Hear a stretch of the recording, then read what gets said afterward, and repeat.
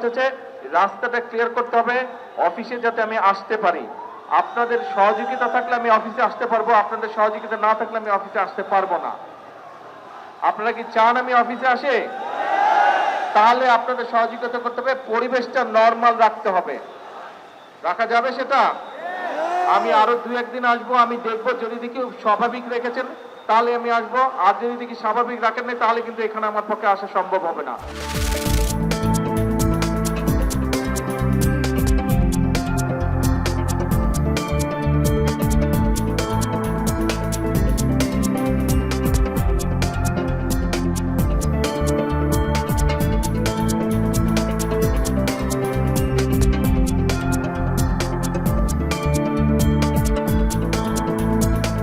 পাশের দেশের তেলের দাম কম, আমাদের দাম কম, ওদের দাম বেশি।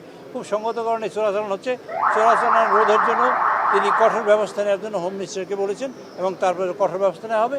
একই সময় যে অভিযান চালানো হবে যারা এরকম হোর্ডিং করছে বা যারা তেলের মজুত করে রাখছে বা তেলের আর্টিফিশিয়াল ক্রাইসিস তৈরি করার চেষ্টা করছে তাদের ব্যাপারে। কৃষি উৎপাদনে কোনো রকমের মূল্যবৃদ্ধি না হয়, সংকট না হয়, সেই জন্য আমরা অতিরিক্ত ভর্তুকি দিয়ে সেই মূল্যটা আমরা ধরে রেখেছি।